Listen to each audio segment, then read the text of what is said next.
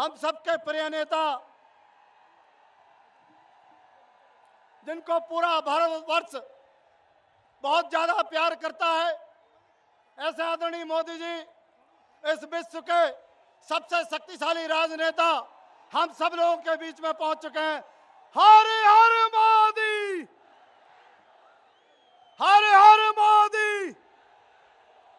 Bharatiya Janata party, माननीय नरेंद्र मोदी जी, माननीय नरेंद्र मोदी जी, माननीय नरेंद्र मोदी जी, हर हर मोदी, हर हर मोदी।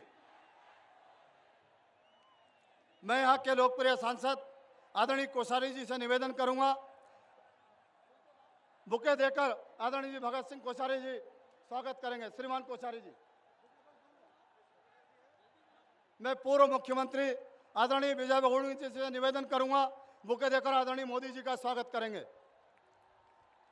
मैं इस जिले के जिलाध्यक्ष और जिलाध्यक्षों से निवेदन करूंगा कि प्रतीक चिन्ह देकर माननीय मोदी जी का स्वागत करेंगे। प्रतीक चिन्ह और पगड़ी पहनाकर माननीय मोदी जी का स्वागत करेंगे। मैं यहाँ के स्थानीय विधायक राजकुमार ठुकराल जी से निवेदन करूंगा, स्मृति चिन्ह देकर स्वागत करेंगे।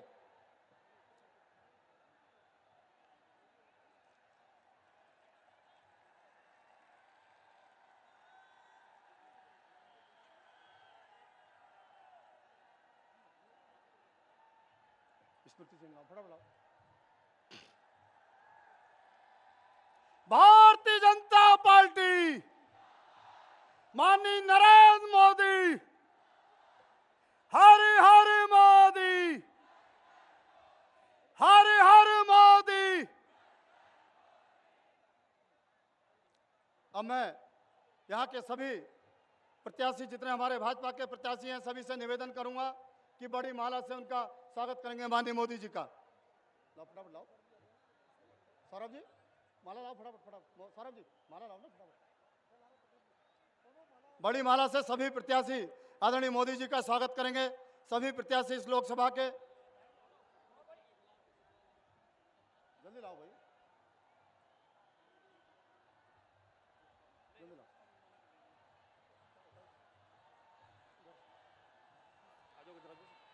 भारतीय जनता पार्टी, भारतीय जनता पार्टी, माननीय नरेंद्र मोदी जी, माननीय नरेंद्र मोदी जी, हर हर मोदी, हर हर मोदी। हटाओ भैया, हटाओ फटाफट, हटाओ हटाओ फटाफट। मैं यहाँ के लोकप्रिय सांसद आदरणीय कोश्यारी जी से निवेदन करूंगा कि 2 मिनट में माननीय मोदी जी का स्वागत करेंगे। माननीय भगत सिंह कोश्यारी जी। श्रद्धेय प्रधानमंत्री आदरणीय नरेंद्र मोदी जी, यहाँ पर मंच पर उपस्थित नेतागण, उपस्थित भाइयों बहनों, माननीय प्रधानमंत्री जी, ये जो यहाँ जनता की सागर उमड़ पड़ा है, ये जनता का सागर, ये आपके प्रति प्रेम दिखाता है। उत्तराखंड के प्रति जो आपका प्रेम है वो दिखाता है। आज ये जनता आपको सुनने के लिए आई है। मैं तो आपसे इतना निवेदन करता हूँ प्रधानमंत्री जी, जब मैं यहाँ से चुनाव पार्लियामेंट का लड़ रहा था तब आप यहाँ पर भाषण देने आए थे। मैं यहाँ 14 की 14 विधानसभाओं से जीता, उत्तराखंड में सबसे अधिक मतों से जीता। मैं आपसे केवल इतना ही निवेदन करता हूँ, आप यहाँ के विकास के लिए चिंतित हैं, आप जानते हैं भली बात से। आप यहाँ हमको ऐसा आशीर्वाद दे करके जाइए कि 14 की 14 विधानसभाओं में कांग्रेस की जमानत जब्त हो जाइए, ऐसा आशीर्वाद आप करके दे जाएंगे। बहुत बहुत धन्यवाद। हमारे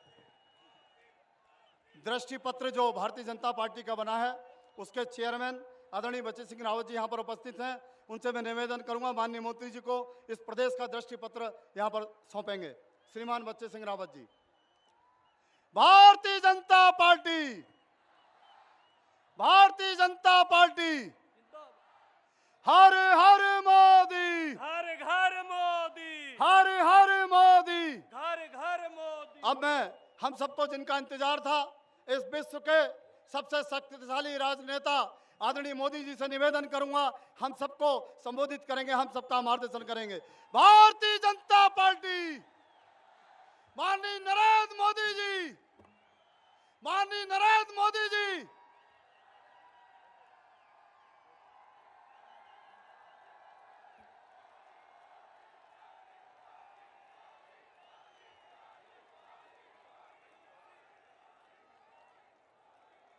भारत माता की,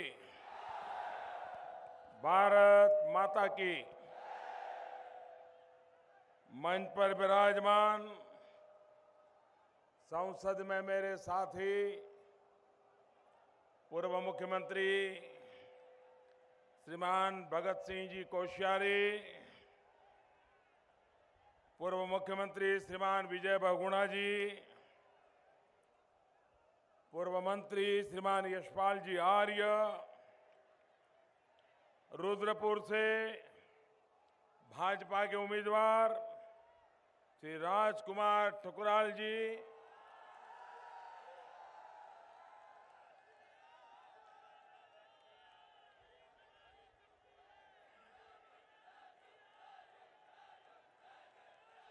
लाल कुआं से भाजपा के उम्मीदवार श्रीमान नवीन दुमका जी,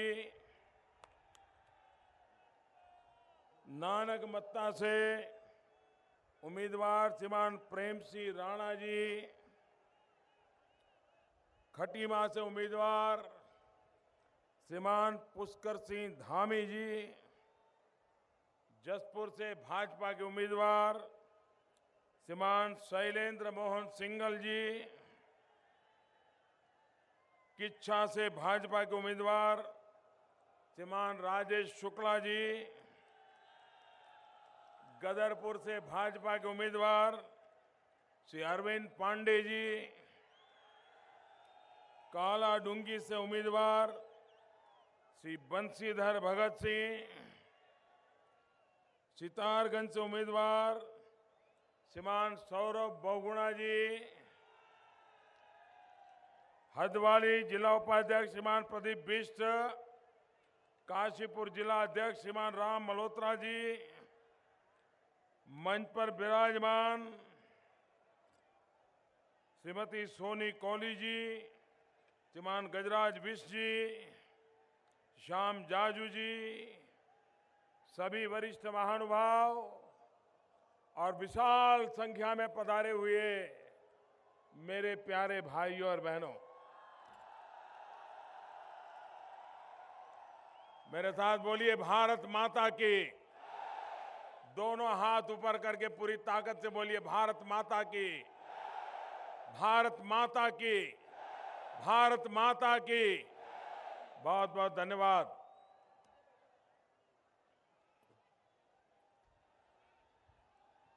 भाइयों बहनों, रुद्रपुर में पहले भी आया हूं, आज फिर एक बार आपके बीच आने का सौभाग्य मिला है। मुझे पता नहीं है इसके पहले कौन प्रधानमंत्री कब यहां आए थे।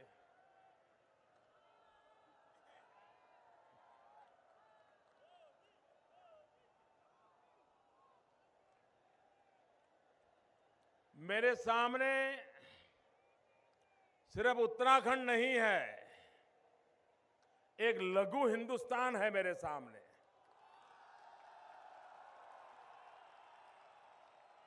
भारत का कोई प्रदेश ऐसा नहीं होगा जिसके लोग रुद्रपुर में न रहते हो। एक प्रकार से ये मिनी हिंदुस्तान है रुद्रपुर, और इसलिए रुद्रपुर में जो होता है पूरे हिंदुस्तान की हवा का वो बैरोमीटर होता है। रुद्रपुर में जो होता है पल दो पल में हिंदुस्तान के कोने कोने में खबर पहुंच जाती है। एक प्रकार से रुद्रपुर हिंदुस्तान के हर कोने से हर पल उसकी धड़कन जुड़ी रहती है। ऐसे रुद्रपुर वासियों को आज मुझे मिलने का सौभाग्य मिला और आप इतनी बड़ी संख्या में हम सबको आशीर्वाद देने के लिए आए। मैं आपका बहुत बहुत धन्यवाद करता हूं, हृदय से आप सबका नमन करता हूं।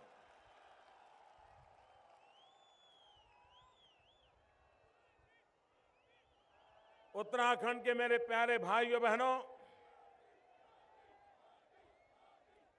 आज 11 फरवरी है। आज पंडित दीनदयाल उपाध्याय जी की पुण्यतिथि है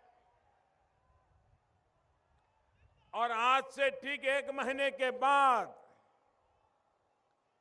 इसी समय 11 मार्च को पूरा उत्तराखंड विजय उत्सव मनाता होगा, ये मैं देख रहा हूं।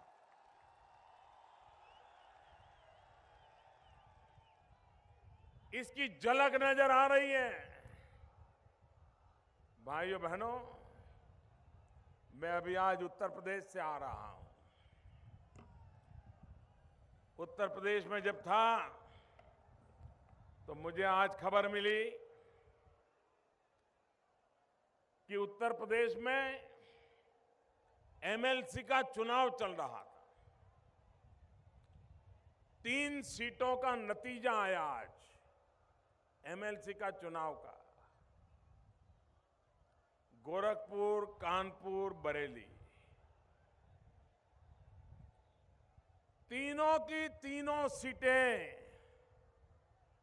गठबंधन के बावजूद भी भारतीय जनता पार्टी जीत गई और 25-25 हजार वोटों से। भाइयों बहनों,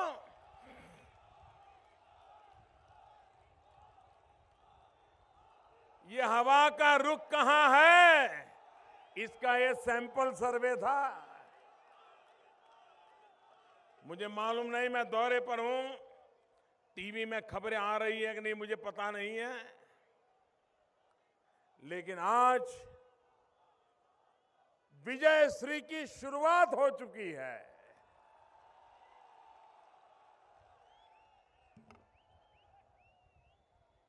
कांग्रेस पार्टी और समाजवादी पार्टी ने वहां गठबंधन किया है, उसके बावजूद भी एमएलसी के चुनाव में तीनों सीटों पर भव्य विजय। उत्तर प्रदेश में भी 11 मार्च को क्या नतीजा आने वाला है, उसकी संदेश अभी उसने दे दिया है। आज मैं इस देवभूमि में आया हूं। मैं देश के वैज्ञानिकों को बधाई देना चाहता हूं। भाइयों बहनों, ये देवभूमि वीरों की भी भूमि है। मां भारती की रक्षा के लिए जान की बाजी लगाने वाले वीर योद्धाओं की ये धरती है। ऐसी वीर माता हैं इस भूमि में जिन्होंने ऐसे वीर संतान पैदा किए हैं जो आज जान की बाजी लगा करके मां भारती की रक्षा कर रहे हैं। देश को सुख शांति मिले, इसके लिए वो सीमा पर तैनात है। लेकिन भाइयों बहनों, आज मेरे फौज का सीना तन जाए, मेरे देश के वैज्ञानिकों का सीना तन जाए, मेरे देश के 125 करोड़ देशवासियों का सीना तन जाए, गर्व से माथा ऊंचा हो जाए, ऐसी एक महान सिद्धि आज हमारे देश ने प्राप्त की है। आप देखते होंगे, खबरें जानते होंगे, फलाने देश ने मिसाइल बनाई, ये मिसाइल 5000 किलोमीटर दूर जाकर के वार करेगी। फलाने देश ने मिसाइल बनाई 8000 किलोमीटर जाकर के वार करेगी। पिछले महीने खबर आई थी कि पाकिस्तान ने ऐसे मिसाइल बनाई जो हमारे अंडमान निकोबार तक आकर के तबाह कर सकती है, उधर इजराइल तक को तबाह कर सकती है, ऐसी खबरें आई थी। भाइयों बहनों, भारत के पास भी मिसाइलों में कोई कमी नहीं है।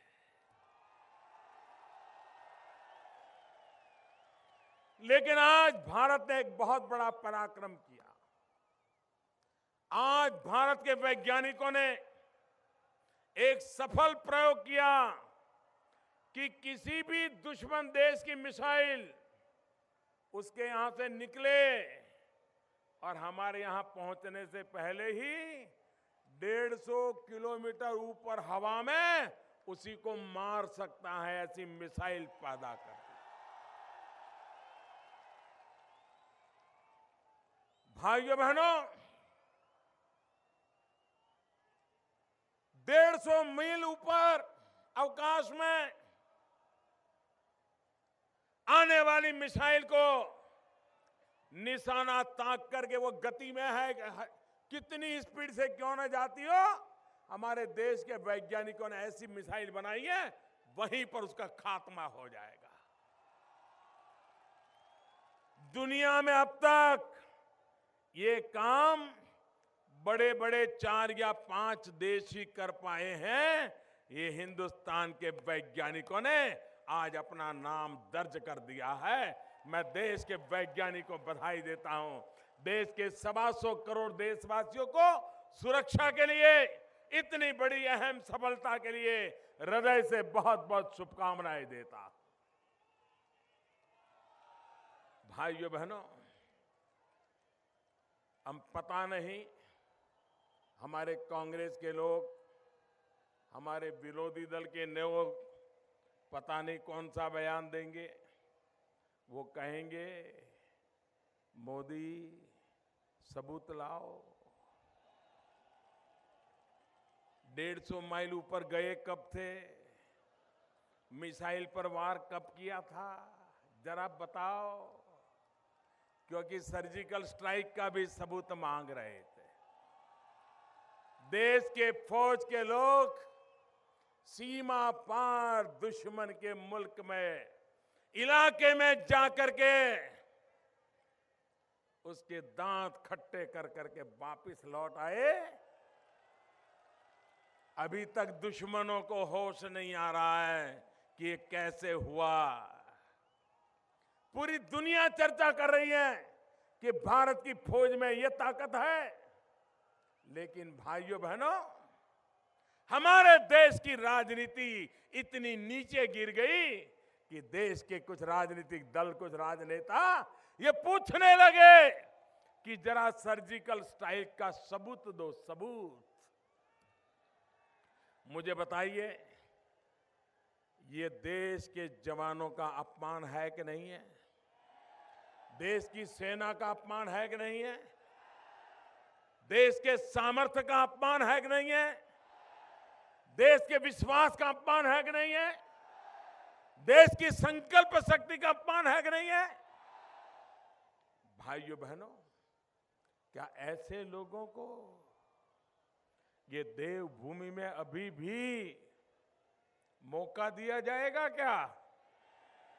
दिया जाएगा क्या? उनके पापों का हिसाब लेने का वक्त आ चुका है भाइयों। और इसलिए मैं आपसे आग्रह करने आया हूं कि इस बार उत्तराखंड में ऐसा परिणाम दीजिए, ऐसा परिणाम दीजिए जो उत्तराखंड के भविष्य को निर्धारित कर दे। भाइयों बहनों, अटल बिहारी वाजपेयी जब देश के प्रधानमंत्री थे तो अटल बिहारी वाजपेयी जी ने हिंदुस्तान को 3 राज्य दिए,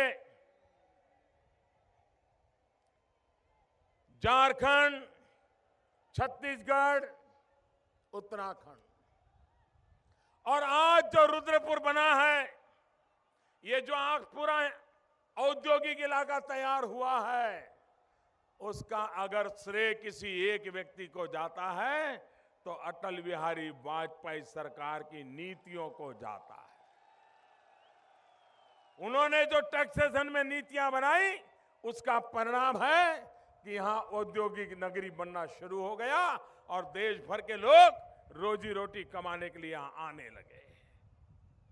भाइयों बहनों, यहां छोटे छोटे उद्योगों की जाल है, अनेक लोगों को रोजगार देने की ताकत है। इस बार बजट में हमने सबसे बड़े अगर फैसले किए हैं तो इन लघु उद्योगों को सबसे ज्यादा मदद करने वाले फैसले किए। सरकार ने जो ये मध्यम और लघु उद्योगों को 30% टैक्स देना पड़ता था, ये हमारी दिल्ली में बैठी हुई सरकार ने अब तक कोई उनकी सुनता नहीं था। 30% में से एक ठाम 25% कर दिया। 5% रियायत जो उद्योग जगत में बैठे उनको पता होता है इसका कितना बड़ा फायदा होता है। हम मुद्रा योजना लाए, बिना कोई गारंटी कोई भी व्यक्ति बैंक से लोन ले सकता है। इस देश के 2 करोड़ से ज्यादा लोगों को लाखों करोड़ों रुपयों का लोन दे दिया गया और उसके कारण व्यापार उद्योग के अंदर गति आए, नौजवान उनको रोजगार मिले। इसलिए स्किल डेवलपमेंट का अभियान, जिस क्षेत्र में जिस प्रकार के उद्योग लगे हो वैसा ही स्किल डेवलपमेंट हो, ताकि उसको अपना गांव छोड़ करके जाना ना पड़े, वहीं कल कारखाने में काम मिल जाए और खुद भी अपना छोटा मोटा कारोबार चालू करना चाहता है तो कर सकता है। मैं आज रुद्रपुर वासियों से कहने आया हूं, मेरे लिए ये पूरा क्षेत्र सिर्फ चुनाव का मैदान नहीं है। मेरे लिए क्षेत्र इस पूरे विस्तार के आर्थिक विकास की ये महत्वपूर्ण ऊर्जा भूमि है और इसलिए भारत सरकार इस पूरे क्षेत्र को बल देना चाहती है, अलग अलग नीतियों के द्वारा बल देना चाहती है, व्यवस्थाओं के द्वारा बल देना चाहती है, ताकि यहां का औद्योगिक जीवन इतना फले फूले कि आसपास के सभी इलाकों में लोगों को रोजगार देने का कारण बन जाए और एक नई ऊंचाइयों पर पहुंच जाए। ये सपना देकर के हम चल रहे हैं। भाइयों बहनों, हमारे देश में राजनीति में बाहुबली ये शब्द की इतनी आलोचना होती थी। अगर किसी को टिकट दे दिया और अखबार में आ गया कि फलानी पार्टी ने बाहुबली को टिकट दे दिया है, तो लोग नफरत करते थे, लोग डरते थे, क्या ये बाहुबली हमारा प्रतिनिधि बन जाएगा क्या? बाहुबली ये हमारे देश में राजनीतिक जीवन में नफरत का शब्द माना गया है। लेकिन राजनीति ऐसी गिरी कि उत्तराखंड ये देवभूमि में ऐसे राजनेता पैदा हुए हैं जिनको अपने आप को बाहुबली कहलाने में शर्म नहीं आती। इससे बड़ा दुर्भाग्य क्या हो सकता है? इससे बड़ा दुर्भाग्य क्या सकता है? भाइयों बहनों, यहां तो छोटे मोटे व्यापारी और उद्योगों की इलाका है। आप मुझे बताइए, ये पूरी देवभूमि में हरदा टैक्स सबको देना पड़ता है कि नहीं देना पड़ता है? हरदा टैक्स देना पड़ता है कि नहीं देना पड़ता है? हर किसी को दरोगा आएगा तो भी मारेगा, स्कूल में एडमिशन होगा तो भी मारेगा, दुकान में लाइसेंस चाहिए तो भी दे दो, और अवैध खनन का कारोबार करना है तो फिर देते ही देते रहो। यही कारोबार चला है कि नहीं चला है? ये हमारी देवभूमि को भ्रष्टाचार से मुक्त करना है कि नहीं करना है? भ्रष्टाचार से मुक्त करना है कि नहीं करना है? हरदा टैक्स से मुक्त करना है कि नहीं करना है? कानून का राज चाहिए कि नहीं चाहिए?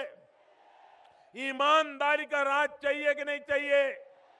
और इसलिए मेरे प्यारे भाइयों बहनों, मैं आपसे आग्रह करने आया हूं कि इस देवभूमि को आगे बढ़ाना है। आप भारतीय जनता पार्टी की सरकार बना के हमें सेवा करने का अवसर दीजिए। भाइयों बहनों, जब अटल जी की सरकार थी तब भी यहां पर ऐसा कारोबार था कि अटल जी चाहते हुए भी उत्तराखंड का भला करने में दिक्कतें आई।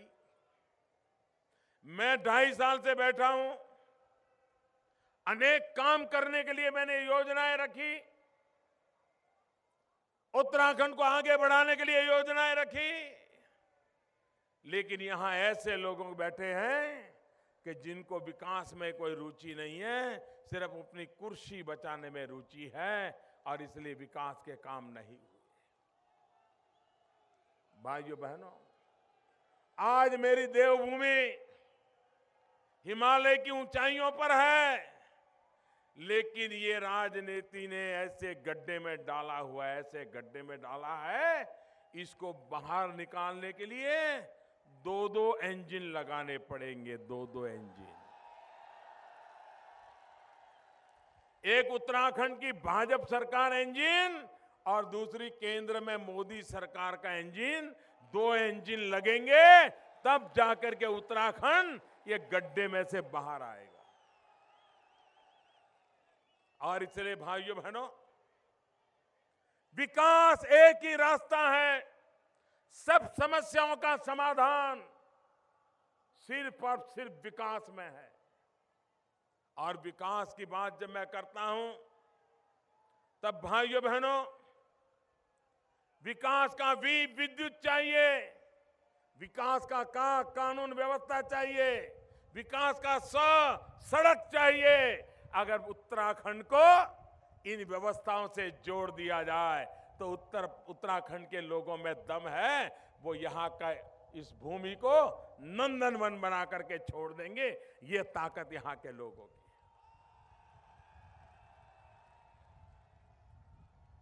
हिंदुस्तान का कोई नागरिक ऐसा नहीं होगा, कोई परिवार ऐसा नहीं होगा जिसकी ये इच्छा न हो कि एक बार 4 धाम यात्रा के लिए जाना है, गंगा जी में डुबकी लगाने जाना है।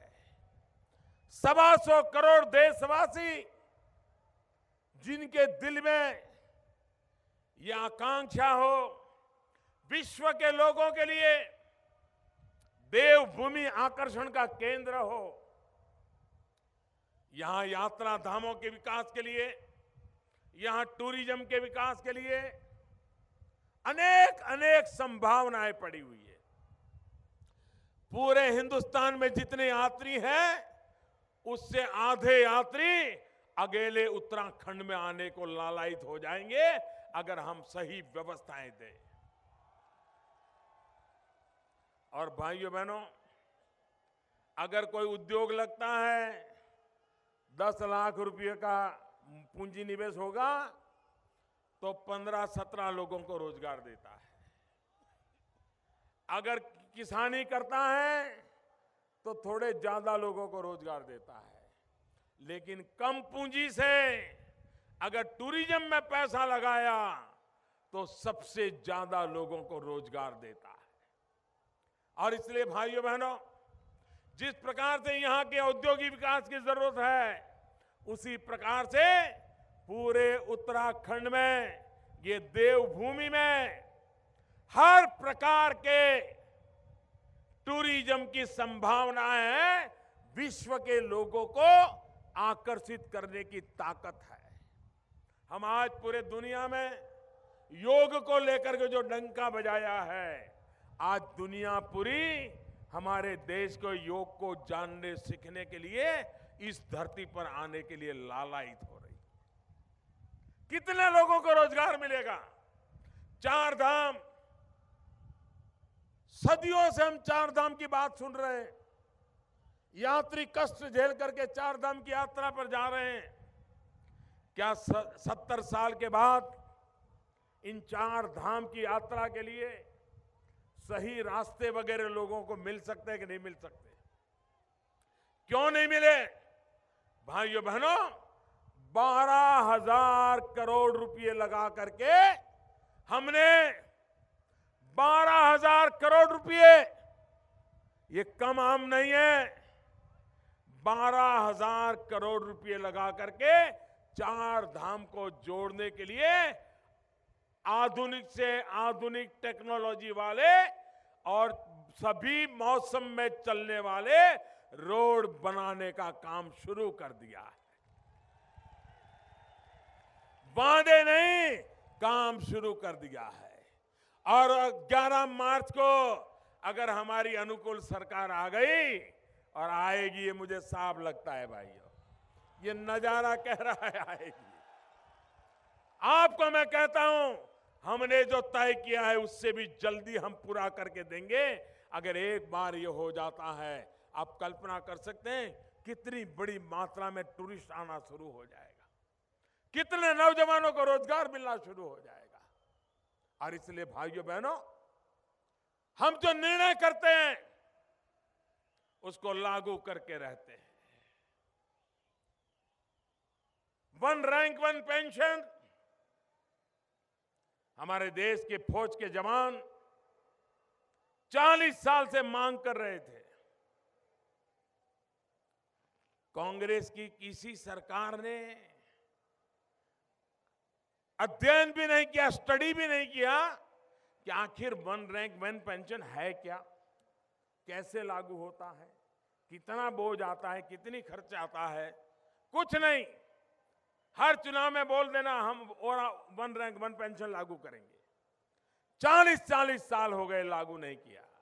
मैंने वादा किया था दिल्ली में मेरी सरकार बनेगी, मैं 1 रैंक 1 पेंशन लागू कर दूंगा। भाइयों बहनों, हमने लागू कर दिया और हमारे सेना के जवानों के घर में बैंक में सीधे पैसे पहुंच गए।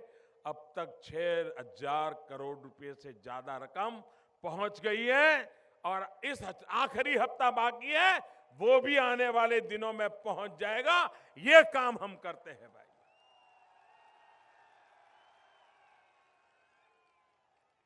भाइयों बहनों, मेरी सरकार इस देश के नौजवानों को रोजगार देना चाहती है। मेरी सरकार इस देश के किसानों के खेत में पानी देना चाहती है। मेरी सरकार इस देश के बच्चों को अच्छी शिक्षा देना चाहती है। मेरी सरकार इस देश के बुजुर्गों को सस्ते में अच्छी दवाई देना चाहती है। मेरी सरकार इस देश के नौजवानों को रोजगार, कमाई देना चाहती है। मेरी सरकार इस देश के गरीब से गरीब को रहने के लिए अपना खुद का घर देना चाहती है। और इसलिए भाइयों बहनों, ऐसा नहीं है कि देश के पास पैसों की कमी है, पैसों की कमी नहीं है, लेकिन भ्रष्टाचार, काला धन, इस बीमारी ने देश को ऐसा जकड़ लिया है कि मध्यम वर्ग के नागरिक का शोषण होता है, गरीब के हक को छीन लिया जाता है और मुट्ठी भर लोग मौज कर रहे हैं भाइयों, और मैंने उनके खिलाफ लड़ाई शुरू की है। जब मैंने नोटबंदी की 8 नवंबर रात 8 बजे, भाइयों बहनों, और मैं देशवासियों को वादा करता हूं, ये मेरी लड़ाई गरीबों के लिए है, ये मेरी लड़ाई मध्यम वर्ग के लोगों के लिए है, ये मेरी लड़ाई ईमानदार लोगों के लिए है।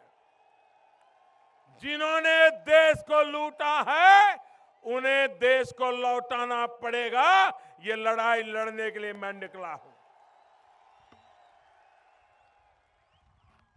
कितनी ही बड़ी बड़ी ताकतें मेरा मजाक उड़ाए, मेरे खिलाफ खड़ी हो जाए, लेकिन देशवासी ईमानदारी की मदद करने वाले लोग हैं। मुझे विश्वास है 125 करोड़ ईमानदारी की इस लड़ाई में मेरे साथ खड़े हैं। मुझे बताइए, काला धन खत्म होना चाहिए कि नहीं होना चाहिए? भ्रष्टाचार जाना चाहिए कि नहीं जाना चाहिए? जिन्होंने लूटा है वो रुपया लौटना चाहिए कि नहीं लौटना चाहिए? इस देश के ईमानदार के काम वो पैसा आना चाहिए कि नहीं आना चाहिए? मेहनत कश किसान के लिए वो पैसा काम आना चाहिए कि नहीं आना चाहिए? गरीब की भलाई के लिए पैसा काम आना चाहिए कि नहीं आना चाहिए?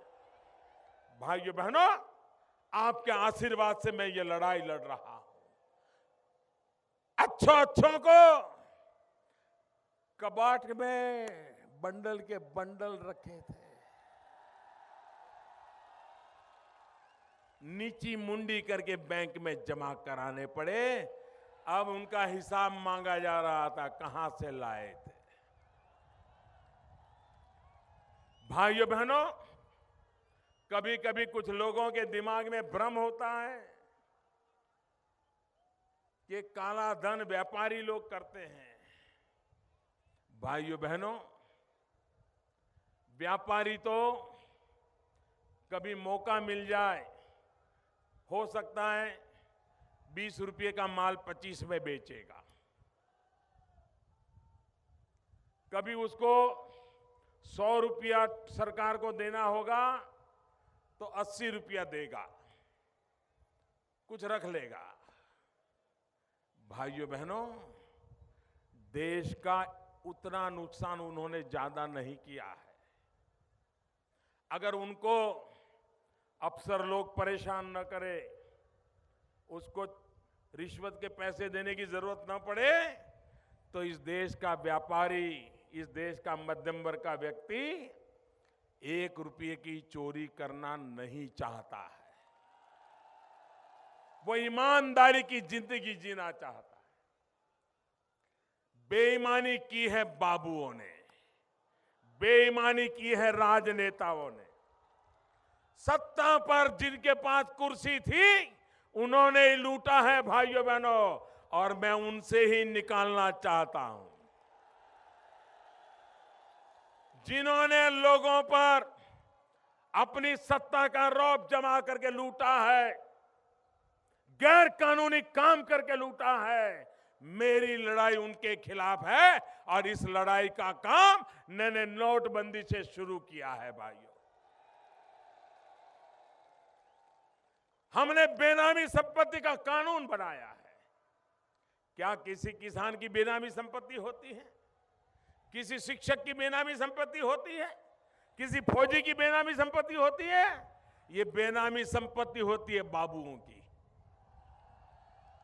राजनेताओं की। और मैंने ऐसा कानून बनाया है, कम से कम 7 साल तो पहले जेल जाना पड़ेगा। दूसरा, ये सारी जो संपत्ति है, कितना ही बड़ा बंगलो होगा, कितनी ही ज्यादा जमीन होगी, एक रात में वो सरकार की मालिकी की हो जाएगी, वो गरीबों के काम आएगी। मैं जानता हूं स्कूल में टीचर भी अगर थोड़ा जरा कड़क रहते हैं ना, तो 2-4 बच्चे और उनके रिश्तेदार आ जाते हैं कि टीचर जरा ज्यादती करता है, उसके खिलाफ आवाज उठाते हैं। भाइयों बहनों, मैंने तो पूरे देश में 70 साल से जमा जमा करके बैठे हैं, उनके खिलाफ लड़ाई छेड़ी है। तो आप कल्पना कर सकते हो मुझ पर क्या बीतती होगी, क्या क्या बीतती होगी। ये लोग मुझे गुस्सा ऐसे नहीं कर रहे हैं, दुखता है पेट और कुटते हैं माथा। उनकी परेशानी है कि मोदी छोड़ेगा नहीं। मुझे किसी ईमानदार को परेशान नहीं करना है, लेकिन गरीबों का लूटा है आपने, सत्ता का दुरुपयोग करके लूटा है। और इसलिए भाइयों बहनों, हिंदुस्तान के नौजवान का भविष्य बनाने के लिए ये लड़ाई मैंने छेड़ी है और मुझे आपके आशीर्वाद चाहिए भाइयों।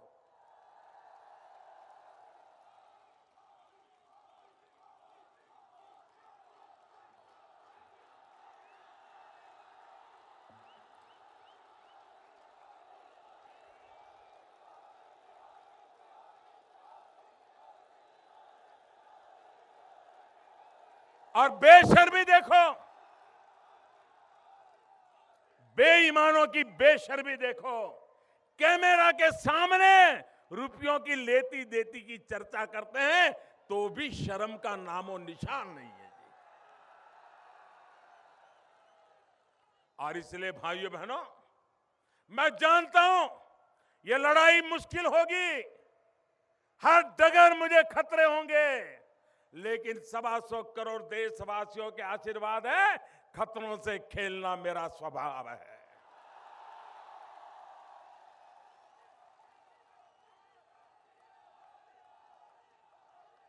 न हम सत्ता के लिए पैदा हुए हैं, न हम कुर्सी के पीछे मुंह में पानी निकालने वाले लोग हैं। हम तो देश के लिए मरने मिटने वाले लोगों की जमात के लोग।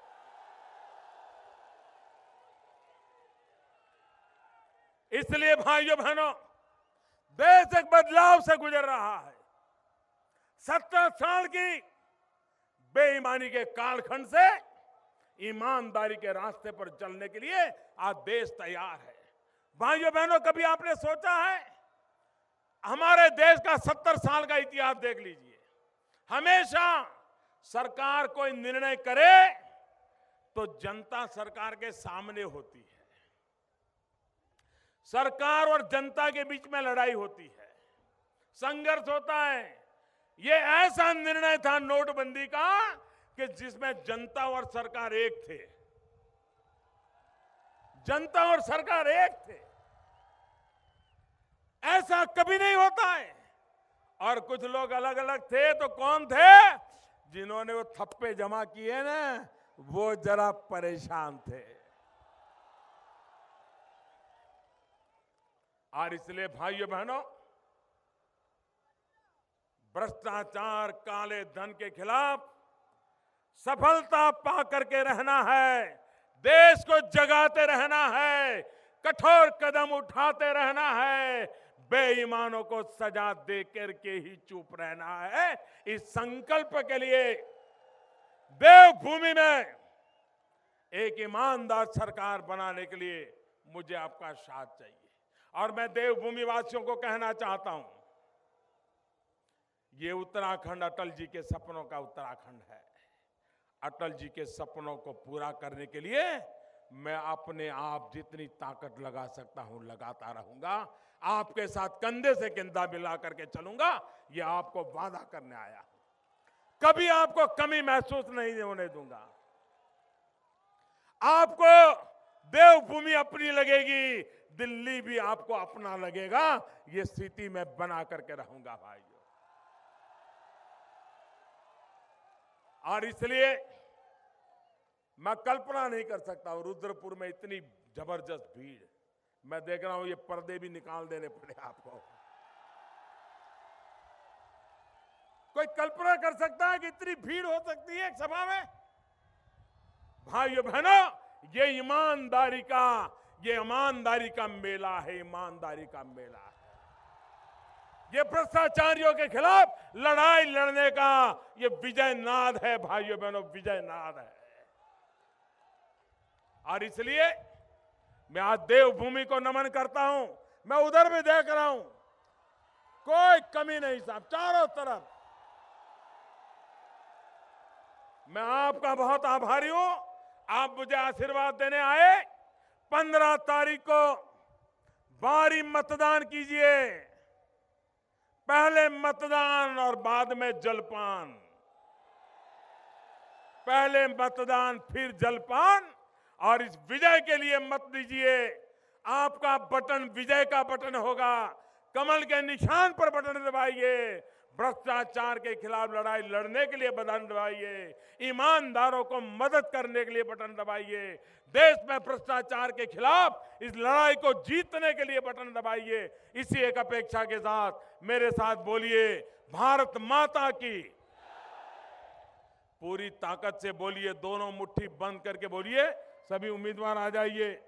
भारत माता की, भारत माता की, भारत माता की, भारत माता की, भारत माता की। बहुत बहुत धन्यवाद।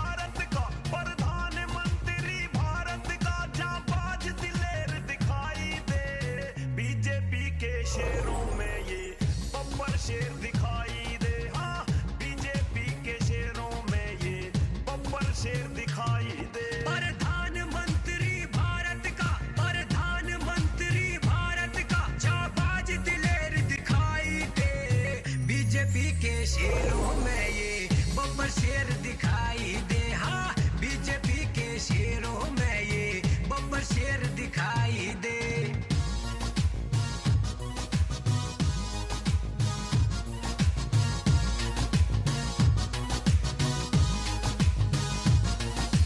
पाकिस्तान के हुक्मरान सुन ले, हमारे 18 जवानों का बलिदान बेकार नहीं जाएगा।